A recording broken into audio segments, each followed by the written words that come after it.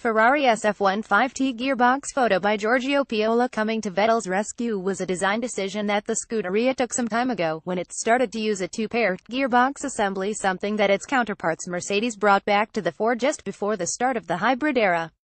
Aldo Costa, now working at Mercedes and who worked on the original composite gearbox for Ferrari SF2004, is considered key in the design's revival, albeit for differing reasons. Ferrari F2004 and Mercedes W04 gearboxes photo by Giorgio Piola. The original Ferrari design used a carbon skin over the titanium gear casing to improve stiffness, whereas today's gearboxes are made up of several elements in order that external changes can be made to the case, such as suspension, pickup points, or for aerodynamic gains. In that respect, it's worth noting that this style of gearbox is also run by the power unit manufacturers customers Force India for Mercedes and Haas and Sauber for Ferrari. Had Ferrari not been running this cassette-style gearbox, the outcome may have been much more bleak, as the loads transferred during the collision would have gone straight into the gearbox. Kimi Räikkönen, Ferrari SF70H photo by Stephen T. Lot images. Ferrari didn't have a new box of tricks lined up for the Japanese GP, but what it did want to do was do back-to-back tests on several parts in order to establish which gave the best overall performance. Having opted to run the lower downforce spoon-style rear wing for qualifying and the race, it was not the only option it tried during the race weekend, having run the higher downforce, more conventionally shaped rear wing element during FP2. Ferrari SF70H front suspension detail photo by Sutton images. The team also lined up a comparative test for both drivers between a front suspension layout that Kimi Räikkönen has been utilizing and one with the standard configuration, in order to assess the difference in performance and feel between the two. Räikkönen, who demands a different feel from the front suspension, has been using a setup more tailored to his demands, featuring a different upper wishbone and push rod position. However, the back-to-back comparison and data collated from test driver Antonio Giovinazzi's stint in the simulator was enough to convince him to switch back to the standard layout along with Vettel for qualifying and the race. Ferrari SF70H front brake duct and wheel hub photo by Sutton images. Along with the mounting position of these elements on the front suspension upright, the team has also been investigating changes to the front brake ducts and fence and inlet. Not for the first time, it opted to utilize a much shorter fence above the inlet, changing the airflow's characteristics as it peels off around the tire. Ferrari mechanics work on the car of Sebastian Vettel. Ferrari SF70H photo by Sutton images. Another race and another mad scramble to try and resolve an issue that had been discovered on the way to the grid.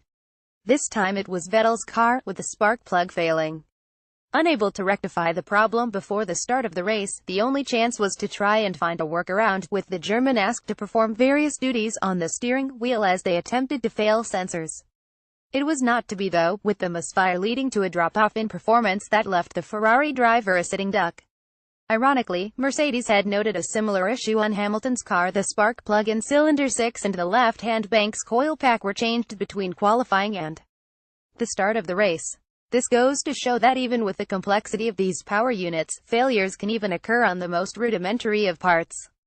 Force India VJM10 monkey seat comparison photo by Giorgio Piola. Force India seems set to lock in fourth place in the Constructors' Championship once more after another solid result in Japan. The team has had some nice development touches in the last few races, with its Stegosaurus engine cover raising more than a few eyebrows in Singapore.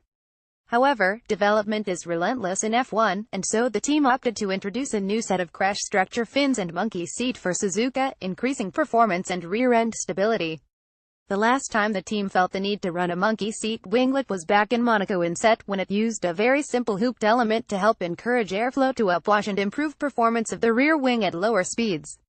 The winglet used in Japan was much more complex than that, with a much deeper structure that featured a slot in the hooped upper surface, improving the aerodynamic performance of the rear wing across a wider speed threshold. Mounted just in front of the winglet atop the crash structure, a pair of fins could be found too arrowed, each likely shedding a vortex that helps to tie in all the aero structures in close proximity.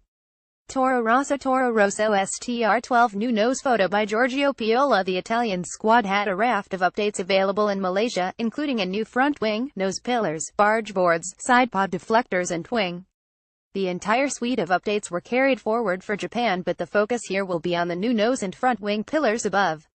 In order to accept the new pillars, changes had to be made to the nose tip, which have increased its bulk as the pillars are set outboard a little further than their predecessors. Their length has been increased significantly too when compared with the old configuration below. These changes have a significant impact on the aerodynamic interaction between the front wing's neutral section and the underside of the nose, while the Y250 vortex, shed from the front wing, will also be repositioned downstream. Toro Rosso STR12 Old Nose photo by Giorgio Piola.